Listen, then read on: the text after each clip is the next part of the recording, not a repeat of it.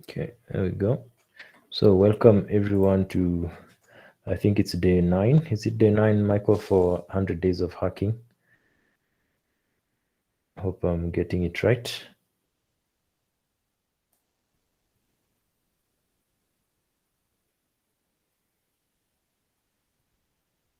Yeah. So I'm going to be talking about shells. So first, let me do an introduction. This is the agenda. So we are going to be introduce myself, and then I'm going to talk about what is a shell, and then we're going to look at how do you usually access shells remotely, and then we talk about shells that are useful to hackers, which is a bind shell and a reverse shell, and then some resources. So this presentation is more beginner based, but if you're not a beginner, you could maybe learn a thing or two.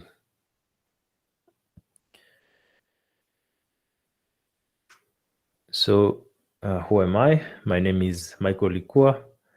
I am currently the lead penetration tester for SilentSec.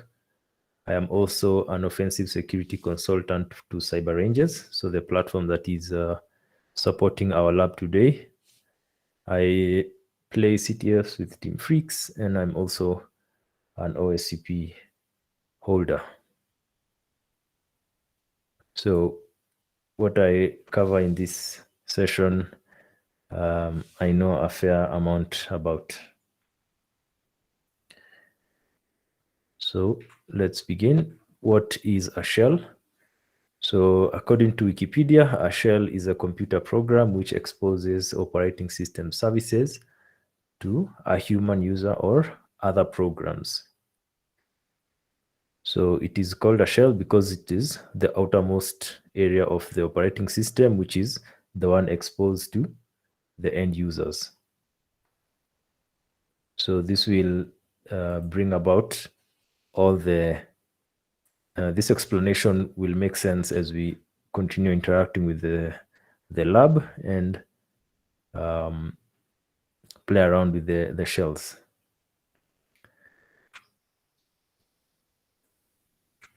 So when you're dealing with shells on operating system, depending on what the machine is meant to achieve or what the objective of the machine is, they will typically have two shells. You can either have a graphical user interface shell or a command line interface shell. So the graphical user interface, I think we've mostly encountered with it, as well as the command line shell. So think of your typical Windows machine or Ubuntu desktop. They have the GUI shell. So let's go to that. So the GUI shell, as I've talked about, you have it on operating systems such as Windows and your typical Ubuntu desktop, or the other distros that allow you to have graphical elements.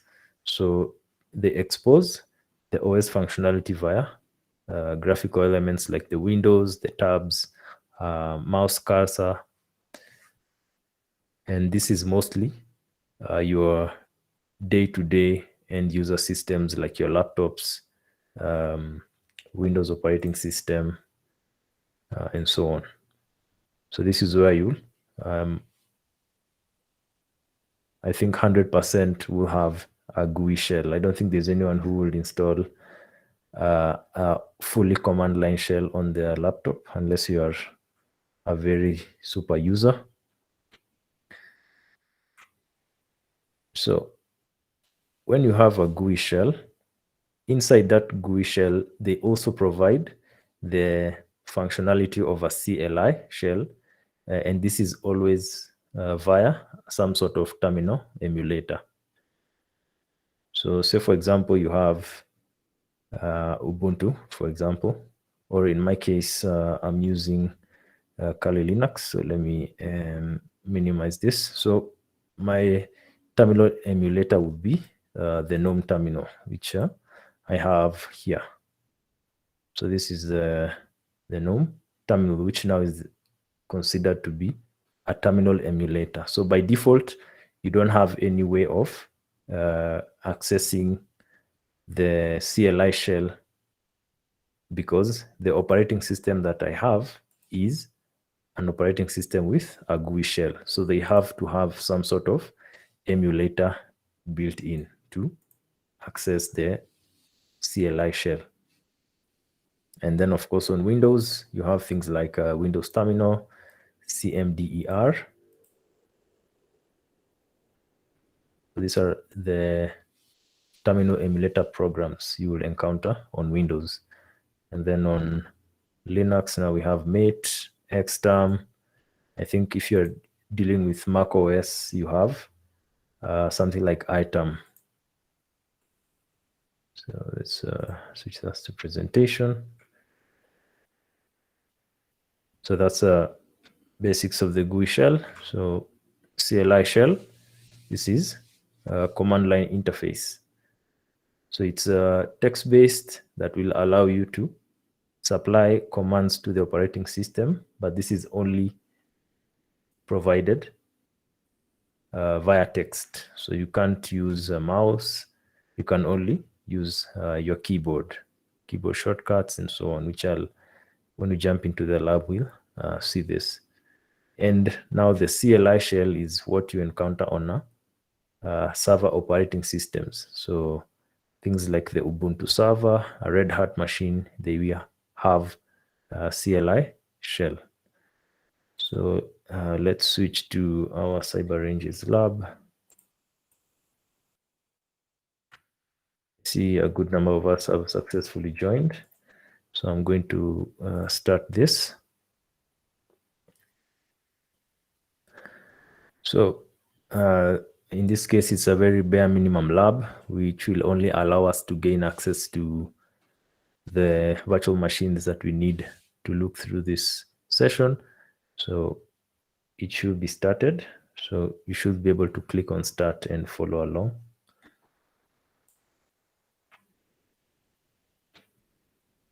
If there's anyone who is joining us right now, let me share the lab access.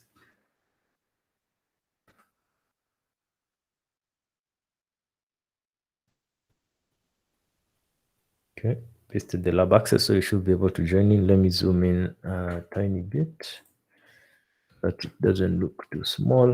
There we go. So on the left tab here is what we are going to be working with, is the servers tab. So click on the servers. And then we have two virtual machines. One is a Kali Linux VM and another one is an Ubuntu server. So if we go back to our definition of CLI shell, so let's look at this CLI shell first. So Ubuntu server does not have any graphical user interface. So if I open the console, right next to Ubuntu server, you have this monitor icon. Let's open the console. And what this will give us is, it will give us the CLI shell, which I believe several of us have encountered. So there's no way for me to use my mouse on this operating system. I can only use my keyboard. So this is typically what you would, let's say, have when you are installing a VM on like VirtualBox, for example. But now Cyber Ranges allows us to get access to this interface via the shell. For GUI, we can get the same experience under the Kali Linux. So we can launch this. And there you go. So we have the GUI shell. And then from here, we actually have the terminal emulator, which is, you can see even when I hover on top, it says this is the terminal emulator that allows us to gain the same experience that we would have with this, but now in our GUI shell. Then here you can supply commands as you typically would. Okay, so that's just the introductory part. So now we have a difference in variation between what a CLI shell and a GUI shell is. So if you always thought that shells are limited to the CLI, then they actually work both ways.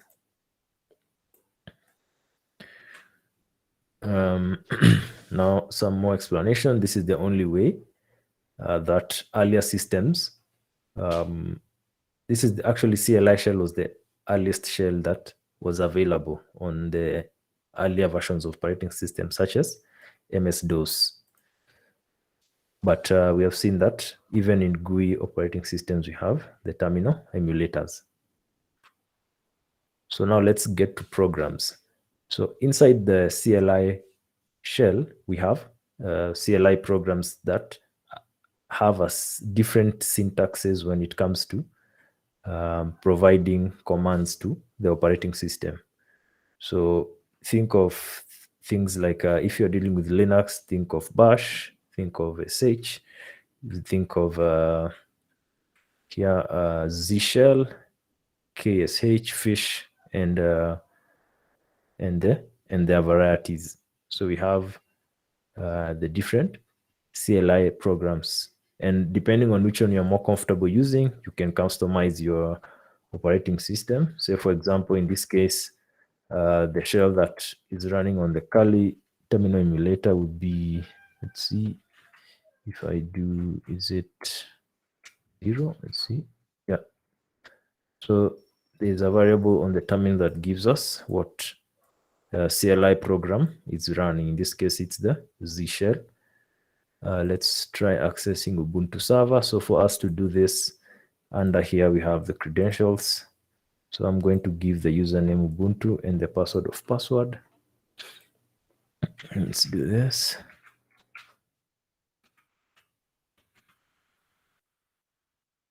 Okay, and then we have our shell. Now in this case, if you are hardware VirtualBox, or if you are in front of the bare metal machine, this is how you would interact with it.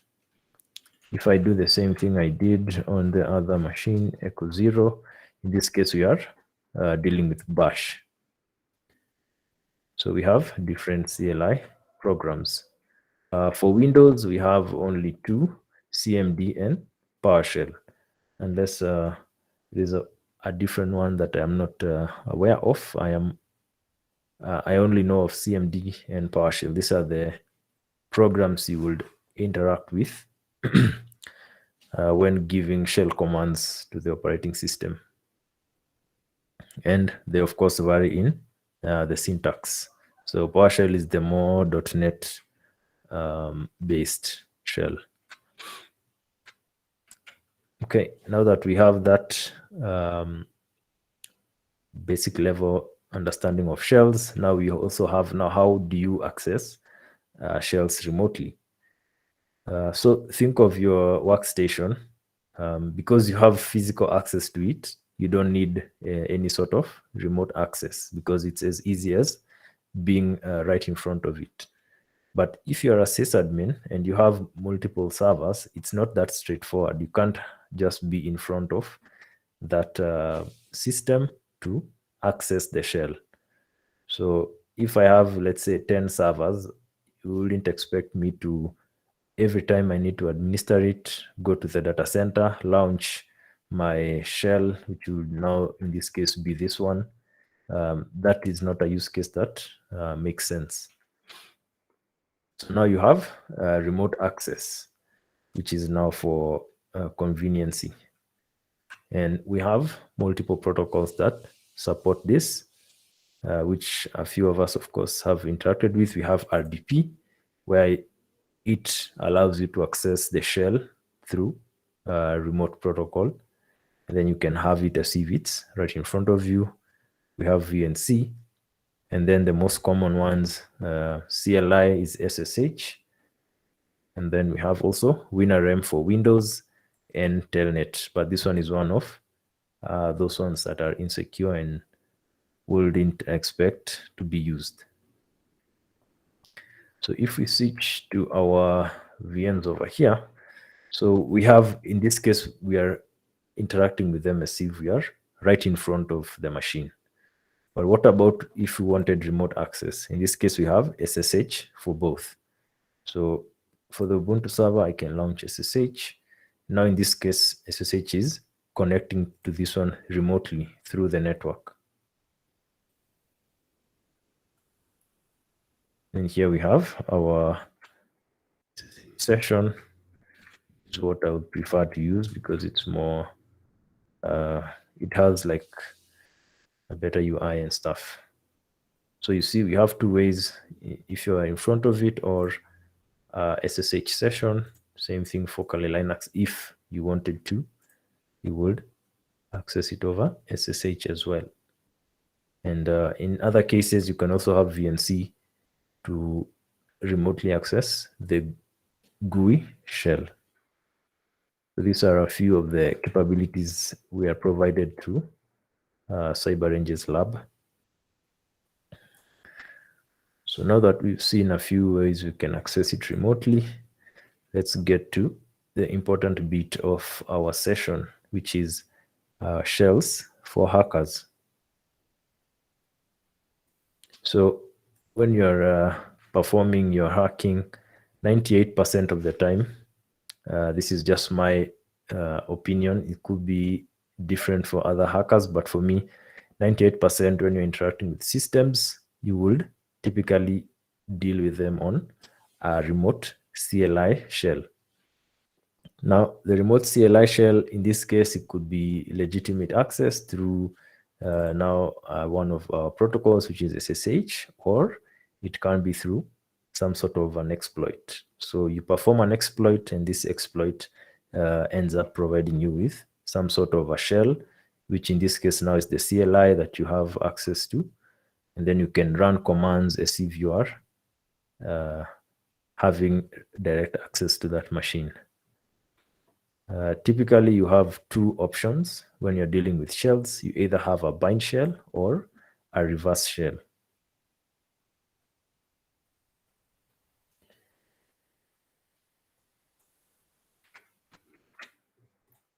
Pasting the link to the chat, to the lab again, in case someone else needs to access it. So let's get into it. What are bind shells and what are reverse shells? So a bind shell. So to explain this much better, I will use server client model. So if I would want to achieve a bind shell as an attacker, the shell program has to bind to a specific port. So that would mean that if I successfully run exploit against a victim machine and I set up a bind shell, a port will be opened on that victim machine, and then that port will wait for me to connect and get that shell. So in that case, the victim machine will be the server because it's the one opening the port, and then my attacker machine that is connecting is going to be the client. So using that analogy, you can think of SSH server as a bind shell, but now typically SSH is set up legitimately by the admin for administration purposes. So in summary, bind shells, the victim will open the port and the shell program waits for the attacker to connect. And it's useful in situations where the victim cannot reach the attacker machine, but the attacker can reach the victim. So for better illustration, I'm going to switch to, I have the whiteboard here to better explain. So let's take a case of your machine right here. This is a Kali machine like this. And then here we have a case of victim, which will be, we can say this is the Ubuntu server, for example.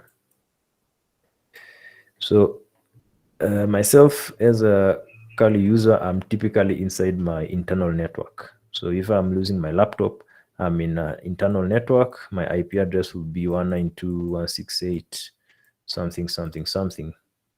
So this will mean that if I'm inside the internal network, I have something we call NAT, that is forwarding my traffic to the internet.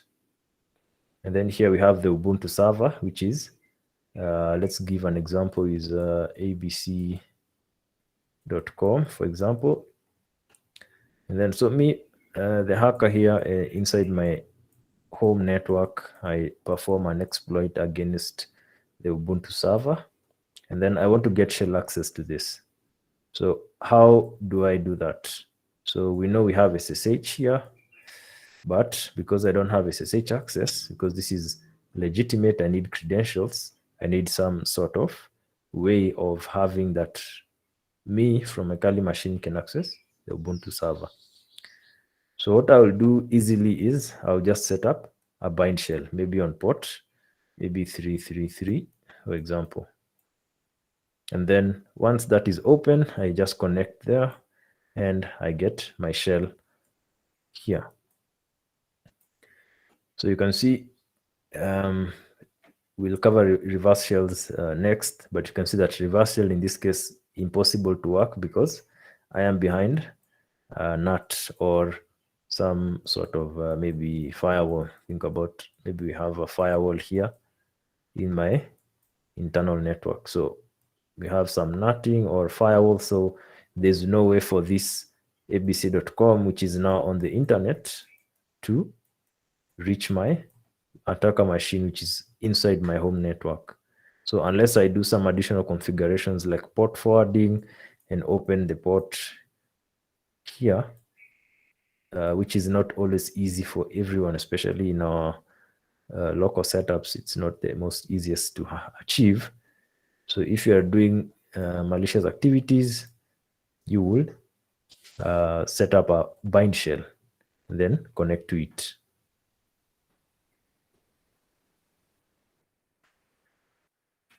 So disadvantage of such a shell, because you are opening new connections, it's very easy to detect because services that are opening connections will typically be set up maybe once, and that's it. Maybe when the admin was provisioning the server, they'll set up SSH and they can set up maybe port 80, and that's it. So if there's any new connections that open down the line, it's very easy for them to notice because it's not something that happens on a day-to-day basis. In addition to that, what if the victim has a firewall in place that is blocking inbound connections? So if you go back to my example, if maybe I want my shell to work on port 333, but there is a firewall that only allows maybe access to SSH, then all other ports are blocked. Then I'm out of luck. Of course, in this case, if it's abc.com, then it also has port 80. So if I try, let's also add 443. So this server only has a firewall and connections are only going to port 80, 443, and SSH port 22 or some other port they feel like. So then my bind shell would be useless because I can't use it. And since this will already have services running, I can't bind to them. I can't bind to these ports. So I guess the only lucky situation would be if they're only using port 80, port 443, and then I bind to port 80 because it would be a common open allowed port. So maybe they're only listening on 443, and then you bind on 80, and then it wouldn't look very much suspicious. So now you can imagine why people recommend you to use firewalls. In the event that your system is compromised, you can basically limit bind shells. Then the attacker has to find another strategy. So this is all for bind shells. Any question before we get to the demo? So small illustration, the attacker connects to the victim. So I don't see any questions. So let's go on. So demo, we're going to use these simple payloads. So let's switch to our lab. I'm going to, so in this case, the Ubuntu machine is hosted somewhere on the network, and my Kali machine is here locally in my home network, hypothetically. So say I successfully exploit this VM, and then I want to set up a bind shell. So I can do ncat. I open the port to port, let's say 8080, and then I give the shell program, which in this case will be bin bash. So now my machine is, the Ubuntu server is listening on port 8080. And of course, there are many other different ways to set up these bind shells, but I'm using the most simple payloads. So you have ncat, it runs, opens port 8080. So number one, this is very insecure because anyone can connect to it. There is no authentication, there is no encryption. So from my Kali machine, I can use the same ncat command, and then I get the IP address of our Ubuntu server, which I can get from here. So I copy this. So I want to connect to Ubuntu server on port 8080. So let's do that. So I supply the IP and port. Then when I connect, doesn't seem like anything happened. So a new connection has been generated here. And from my Kali machine, I can run shell commands on that Ubuntu machine. So it's like an SSH session, but not exactly, because it's kind of malicious. So I can interact with the file system like that. Sorry. So I'm basically on this Ubuntu machine. So that's a bind shell. And like I have config. Okay, so you can see the IP there, this one, and some of the errors are shown there. So this is, of course, not the best shell like SSH, but we at least have something. So yeah, you can look at users, for example, simple stuff, but that's the basic gist of a bind shell. So if I were to open a new, let's say, shell, and we look at connections currently open, so let's wait for it to load. So the reason why I'm saying it's very easy to detect is because if I were to run something like SS, then I look at all connections over TCP, this. So you can see I'm actually want all connections removed. So you can see that we have 8080 open, and the machine connecting to us is this one. So this is very easy to see, because if you are an admin, you only opened port 22, you can clearly see it very easily.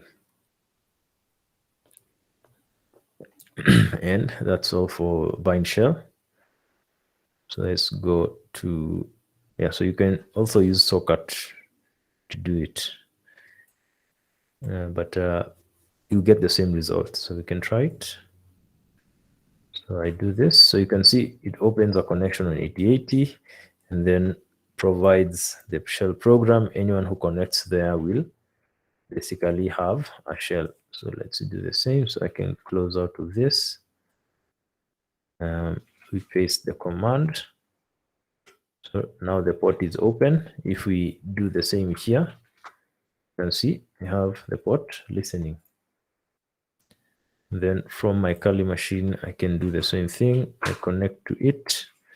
ID, we have shell access again. So there are different methods you can approach this. In this case, I'm only using socket or ncat. Okay. So let's switch to reverse shells, which is what we use more and more. So demo, I've already done that. So let's do reverse shells. So reverse shells is the opposite. In this case, the attacker will be the one opening a port. So they will be the server, and then they wait for a connection from the victim. And it's the most common one and easy to achieve because usually outbound connections are not the easiest to block, because if you block a lot of outbound connections, you may lead to some services not working, because you have so many things happening when we are dealing with outbound connections. If you are browsing websites, you need outbound connections open to port 80, 443, and so on. And then it is also easy to blend in with legitimate traffic to avoid detection. So look for repetition of that slide. So this is how it would be. So the attacker will do something on the victim, or the victim will be tricked into running a command or however mechanism that happens, and then they connect back to the attacker machine. I see a question in the chat. So the differences between the two is only their functionality in the commands, but the end goal is the same. They both allow you to create and connect network connections. So I would say the main difference between the two is how the commands are set up, the syntax. But 90% of the commands you can achieve with NCAT, you can achieve with SOCAT. So at the end of the day, between these two, it's preference that differentiates them. But functionality, there's none that is, I would say, is better than the other. That would be my opinion based on the working I've used NCAT and SOCAT. So almost very similar tools. Your preference with the commands will detect which one you want to use. So we have simple reverse shell payloads. So let's illustrate this before we get into the demo. So I'll switch to my whiteboard here. Let's clean this up. Not sure why I don't see my cursor. Okay, there we go. Clean this up.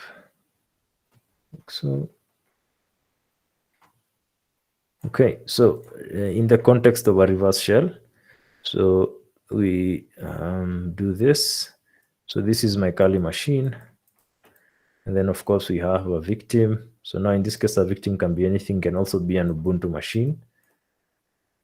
It can be a Windows machine.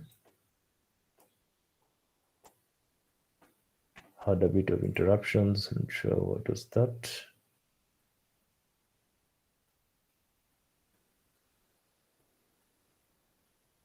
Okay, I think we can continue. I think it stopped.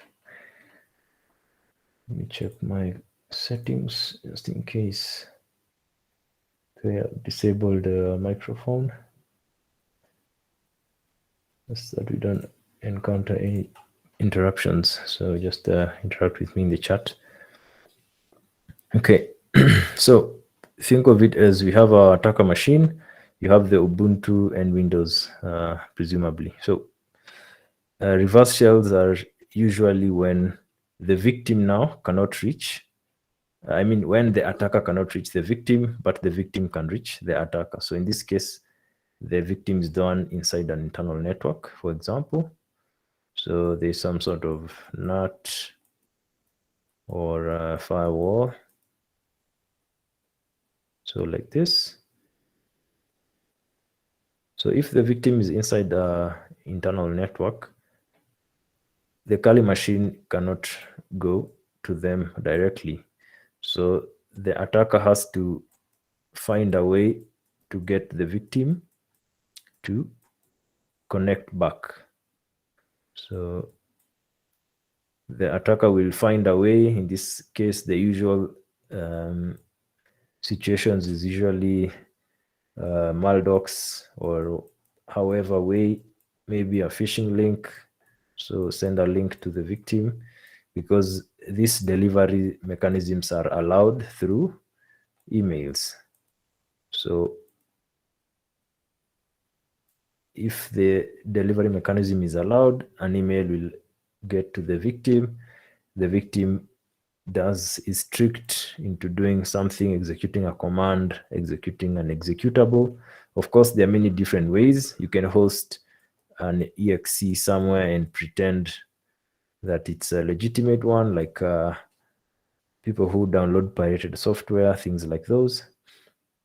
And then in that case, once it's launched, it will connect back to the attacker. So the attacker is listening on some port, which is, if you want to be smart, you use the legitimate ports that will blend in with traffic, like 80,443, maybe DNS port 53, for example. So if the attacker is listening to this, the connections could blend in with other normal traffic.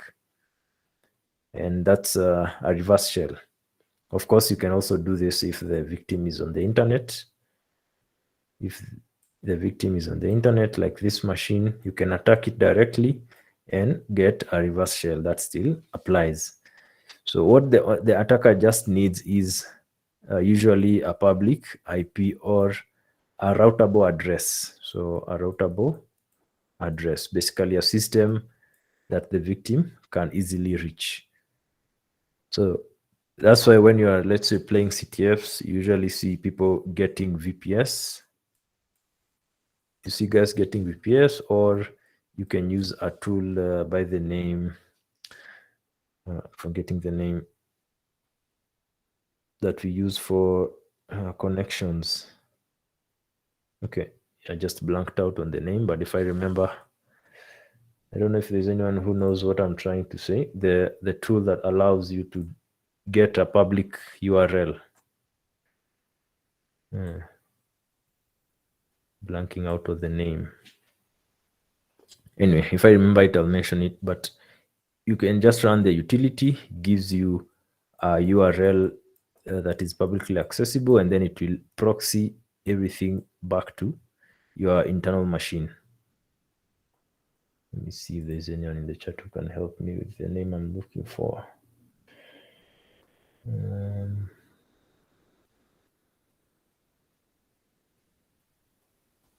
Yeah, completely forgot. When I remember, I'll mention it. Okay, so let's do the demo. So for some reason, the victim is forced to run a certain command. So what we need is, we need our listener. Now it's the attacker machine. We open a port. Perfect, yeah. ngrok, this is the tool I was looking for. So either you have a public IP using a VPS, or you can actually install ngrok on your machine. So ngrok, and then ngrok will give you a free URL that is publicly reachable, and any connection to that URL will be forwarded to your local machine. I'm going to see if I can demo it right now. So first, in our lab, ncat, we open a port, let's say 443. I need to do VLP just to make it good. So we can open on 443. Now, something to note, this is Kali Linux, so it allows us to use low number ports. If I would try this on Ubuntu, it will fail because you need special privileges on these other distros. In this case, permission denied. So anything below 1024, you need privileged access. If I do 1025, it will work. So the low special, I don't know what name they're given, but they're special ports. Anything under 1024, you need privileged access to open a port. But Kali Linux, they've allowed it by default because it's a pentest distro. So say I have a public IP, I listen on port 443, and then on the victim using one of our payloads, get it. So like this one, using this payload,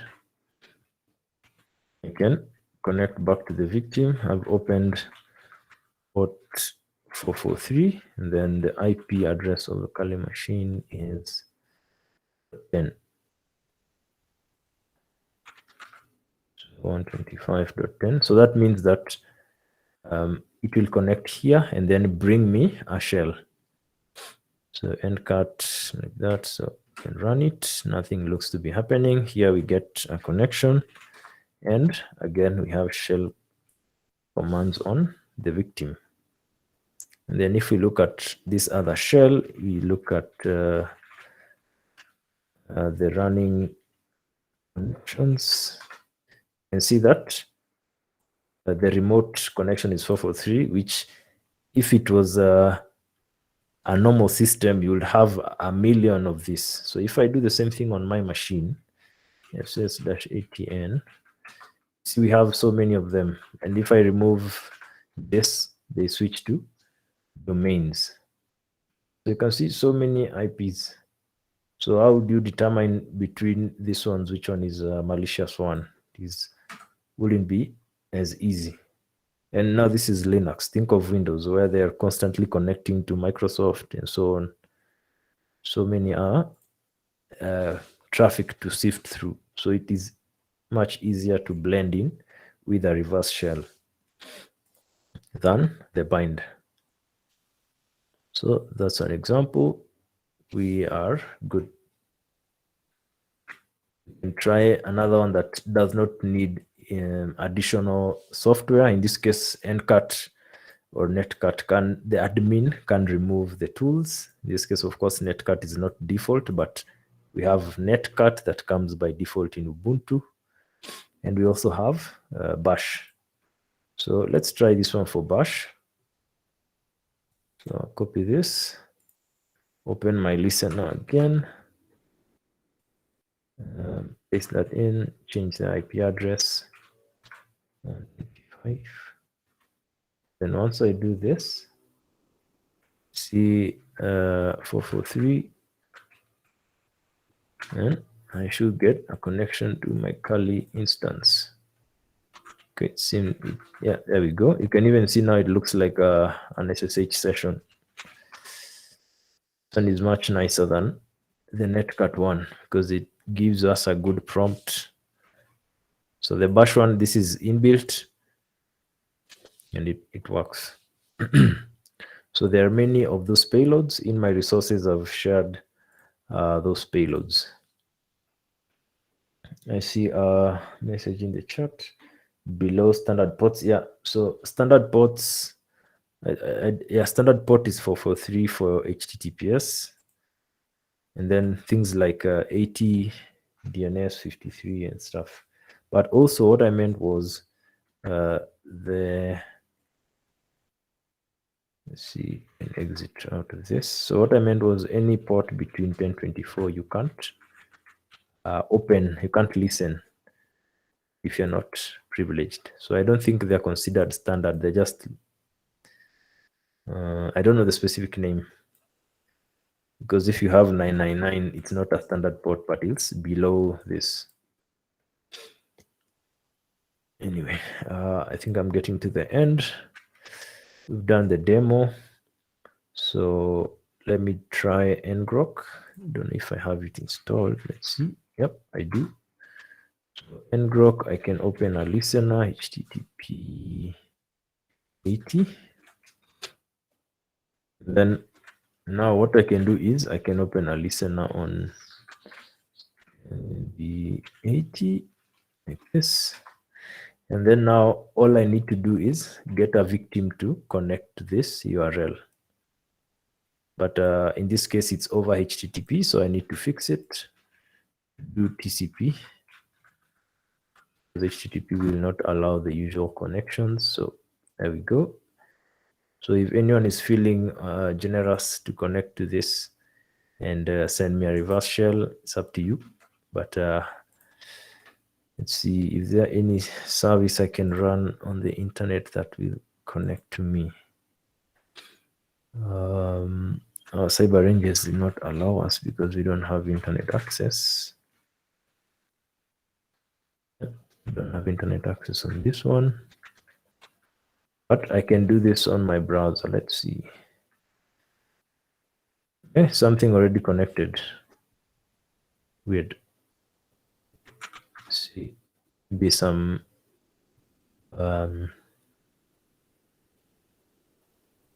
scanning tools or something. Yeah. But let's say, for example, let's do the HTTP one. Was this one? Demonstration. HTTP, and then here I open it with Netcat. Now, if I view this on my browser, let it give me. Yeah. So if I open this on my browser, it will try to connect to my system. So if I do this, so it's hung, but did I get a connection back? Yeah, there we go. So this is a GET request from my browser. So you can see that we're actually going through the internet, and the IP address is, in this case, it's just IPv6. I think did it go to localhost? Guess it did. Maybe someone can try, but you can actually see my public IP here. So it went through the internet. So this is my public IP, 105 something. So the terminal size is a bit too small. I'm sorry about this. Let me try and increase. See, this is better, I hope. So just a small demonstration on how you can, if you are not having a public IP, tools you can use to catch shells. Of course, for OPSEC purposes, you wouldn't do this. You would actually buy your own system.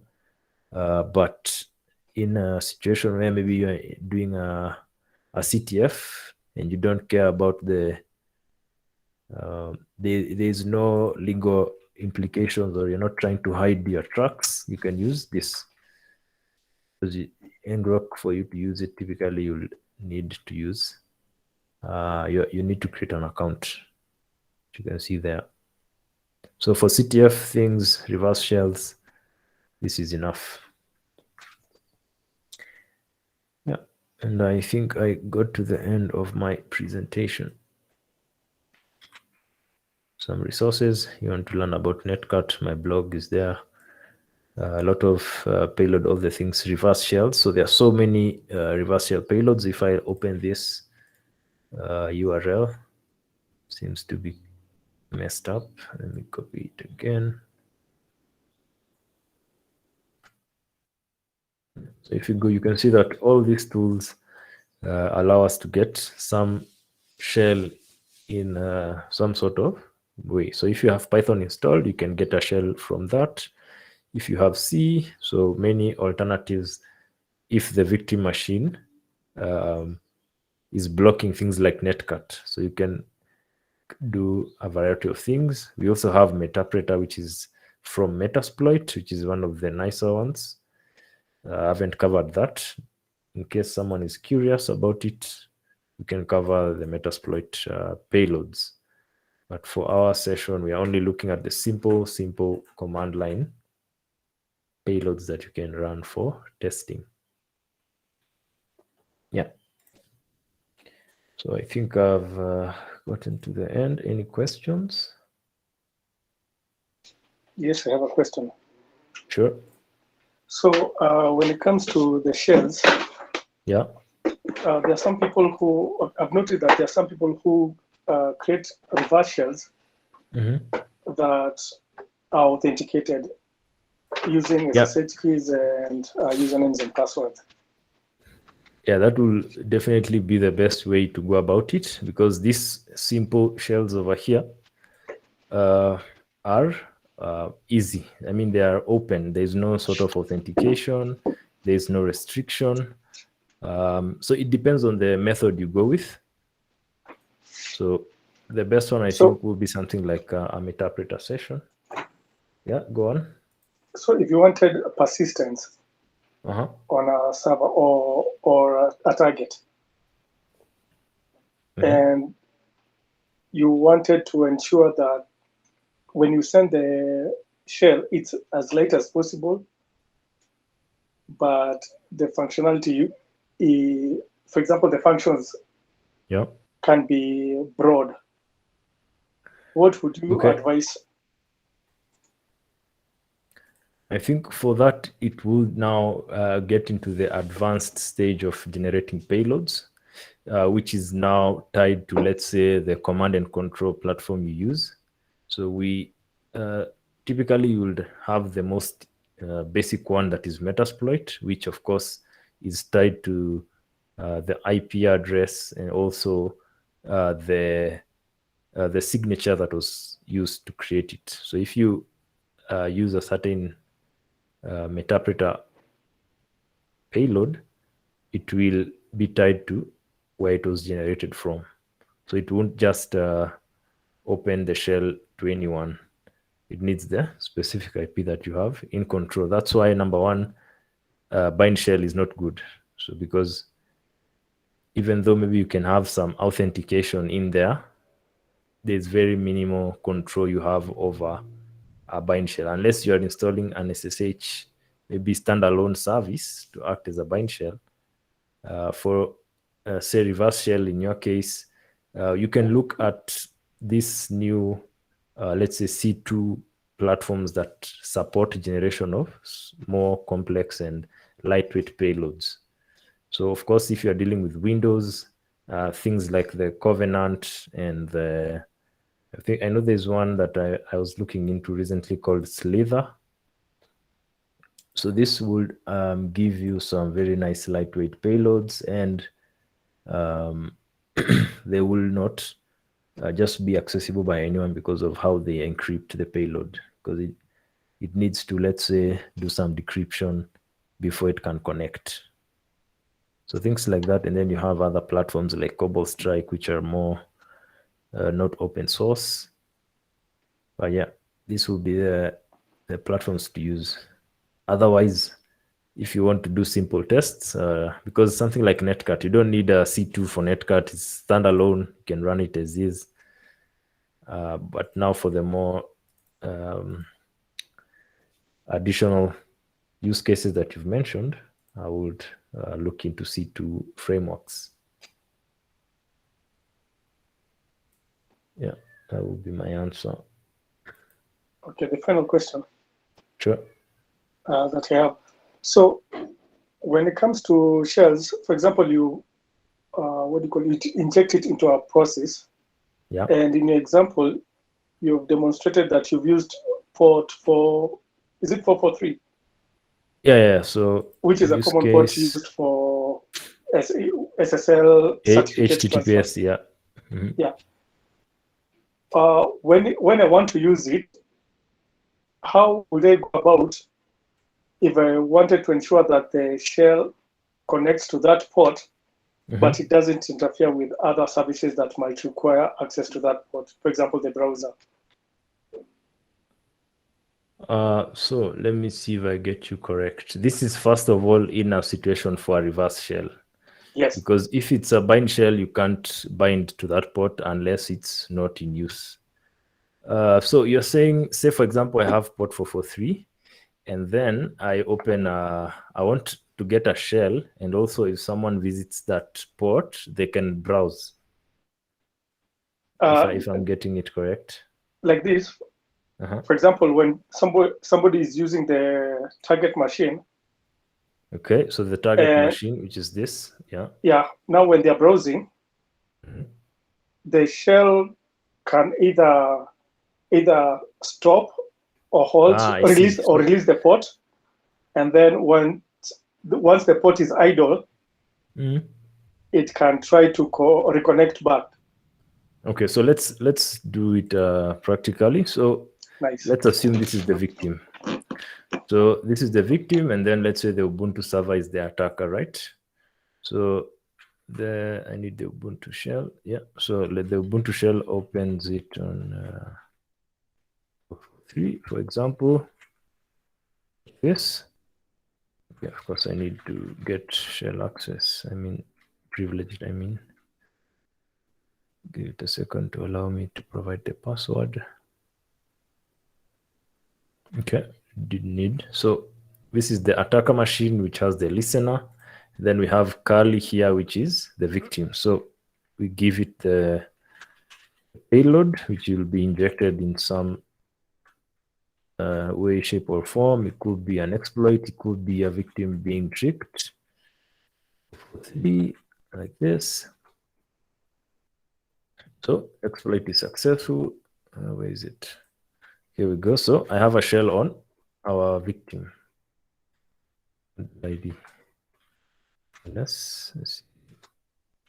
Did I do it wrongly? Yep, I did. My mistake. I didn't give the shell much like that.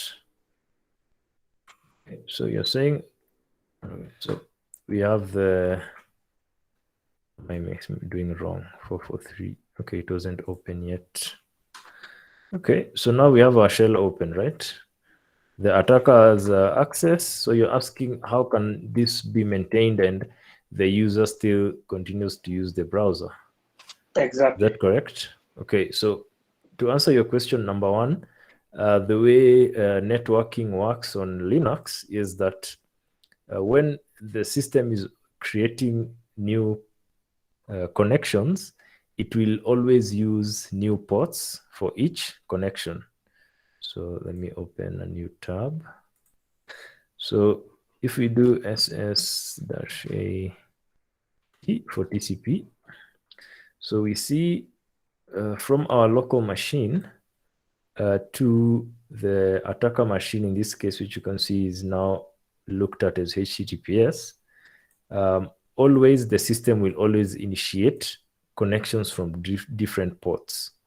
So it doesn't affect the destination activities,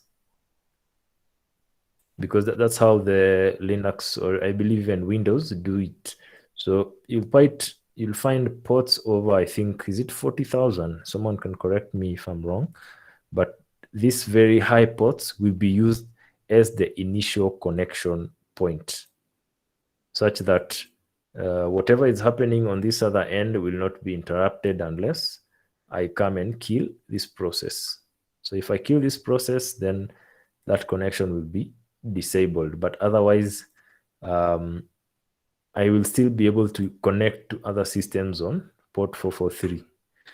We disable resolution, so I will still be able to connect to other systems on port 443.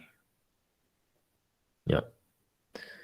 So there will be no way you can interfere with it if it's a reverse connection. So the only way it can mess up is if we stop this process or the process is stopped on this other end. And then also if you maybe, if you are dealing with now this other side, if you want multiple connections to your system, because of course now, because this port is already in use, I really can't connect to it again. If I try the same connection, it will fail. If I do, I'm looking for ncat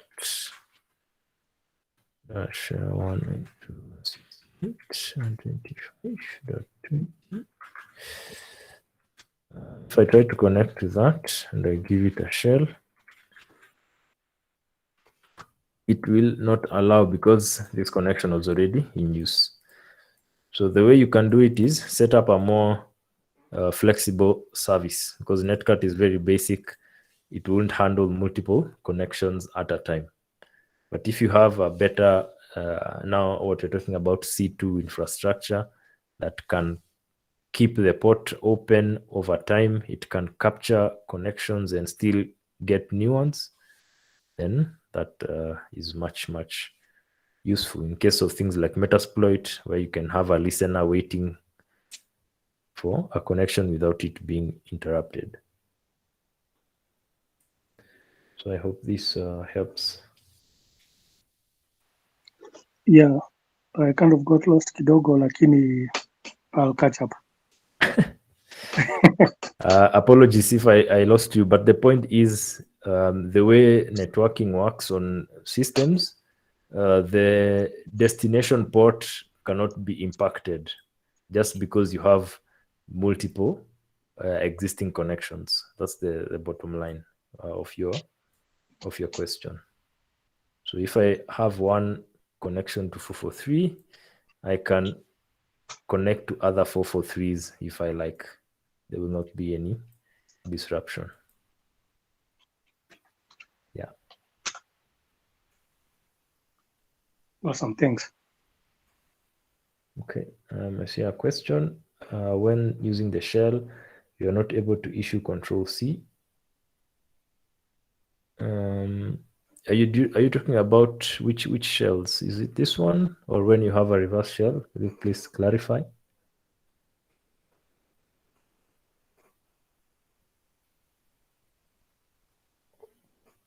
Because if you use okay, so reverse shell. So in this case, we actually have a reverse shell. I can Control C. It's terminated. So not sure exactly your situation was. Did you use the payloads I shared or something else? Because if you run this simple payload, Control C should work. So it depends. Maybe if you used a more complex payload, it could be that some of these terminal controls are disabled. Yeah. Right. So thanks all. Hope the session was good.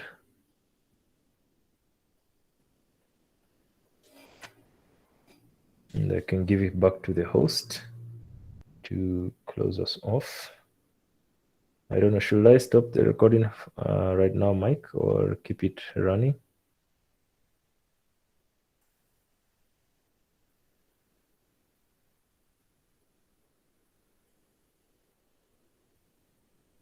And the recording will be shared, and also I'll tweet out the slides if you're interested in it.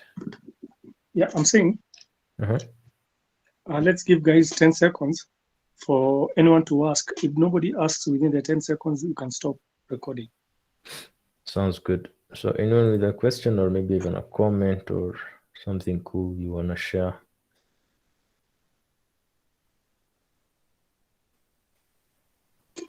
And also let me send the feedback form so that guys can give their feedback on the session.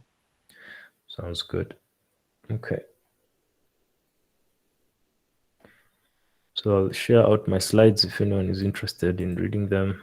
You know, they're quite short, but it was good.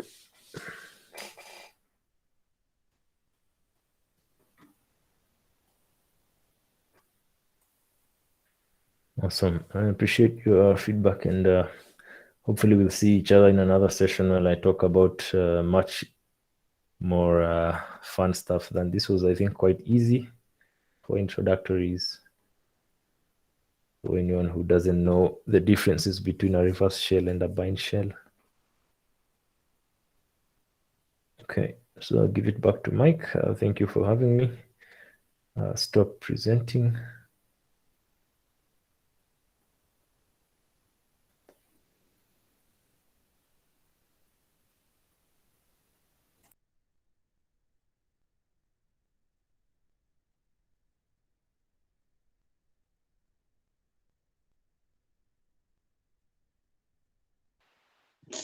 Thanks a lot, Mike, namesake.